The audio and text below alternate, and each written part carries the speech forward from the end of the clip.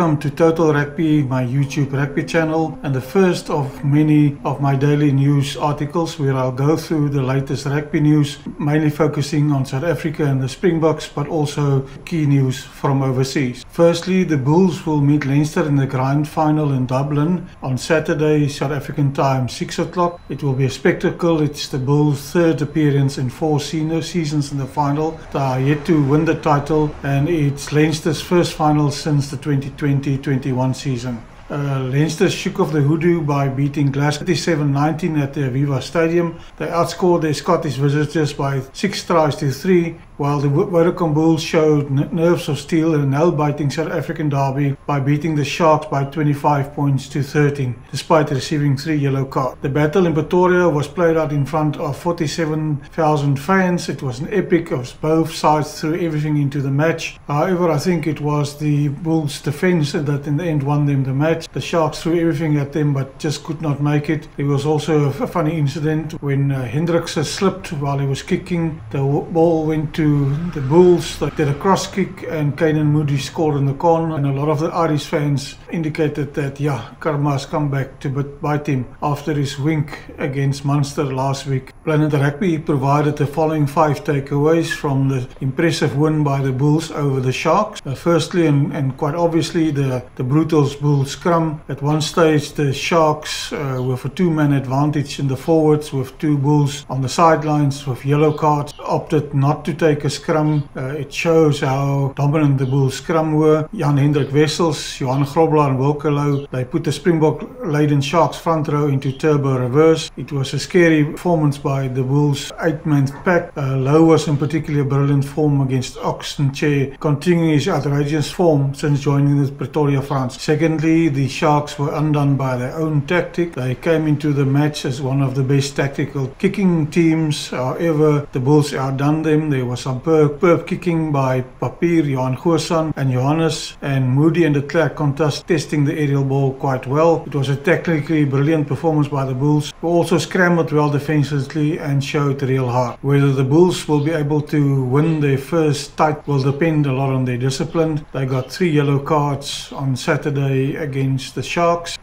They need to keep 15 men on the pitch against Leinster, otherwise they will in big trouble. It will not only be discipline in terms of penalties, but also in the execution of the game plan and skills, as Leinster are bound to punish them at every opportunity that comes their way. Lastly, there's the matter of the Shark performance this year. In the review, they did better than in the previous season, and since in 2024-25 they reached the last 4 for the first time, but that's where they fumbled. There was a palpable feeling of frustration, disappointment with the star-studded squad never really clicking this season. Everybody's been talking about it. They've got so much Springbok players in their team, the likes of Eben Etzebeth, although he was absent on Saturday, Bongi Mnambi, Kulisi, and so forth and so forth. Still, they battled to dominate matches at times. They scrambled well and came back to win some closely fought matches, but overall I think the Sharks would feel that it was a disappointing season because they really flattered to deceive. The Bok women were too strong for Uganda. They scored 10 tries and they beat Uganda by 62 points by 6 on a sunny and breezy afternoon in start markers in Antananarivo. 8 players made their test debuts for South Africa. This gave a number of fringe players valuable game time to show their value. They dismantled the Lady Cranes front. It bodes well for the future, and it makes the selectors' job even tougher when they have to finalise the Rugby World Cup squad in a few weeks' time. South Africa were in control at the break. They led deservedly 29 points to nothing, but it could have been more with a number of unforced errors creeping into the game. The Boks scored at regular intervals. Chauke looked impressive at 8 as he was rewarded for a strong play with another try. Uganda finished strongly, but they failed to breach the impressive South African defence, with the Bok women continuing their strong play until 80th minute to seal a great victory.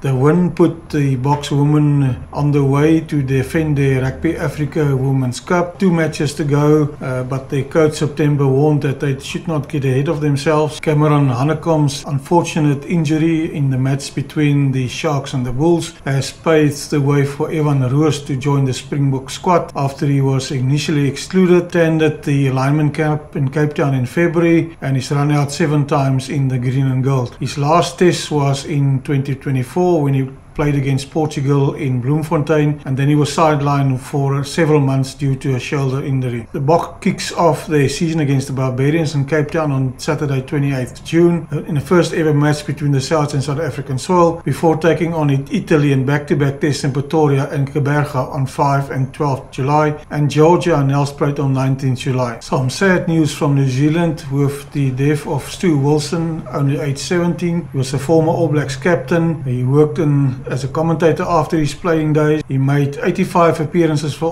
the All Blacks, including 34 tests in the period between 1976 and 1983. He played against the Springboks in that epic series in 1981 in New Zealand. He was a silky skilled wing. He scored 50 tries in the All Black jersey and captained the national team on the 1983 tour of Scotland and England. He was also renowned for his sense of humor and extroverted nature. He was one of the greatest wings to ever represent the All Blacks, but he surprisingly retired from Test rapping in 1984 while still at top of his game. His 19 Test tries were a record until Sir John Cowan eclipsed this mark in 1998. May his soul rest in peace. Some more rugby news out of New Zealand is that Mark Robinson, the Chief Executive of the New Zealand Rugby Union, will at the end of the year retire from this position. He's a former All Black centre. He took over the role as CEO in January 2020 and he led the All Blacks through the COVID period that was quite trying for all the international rugby teams and franchises, and he's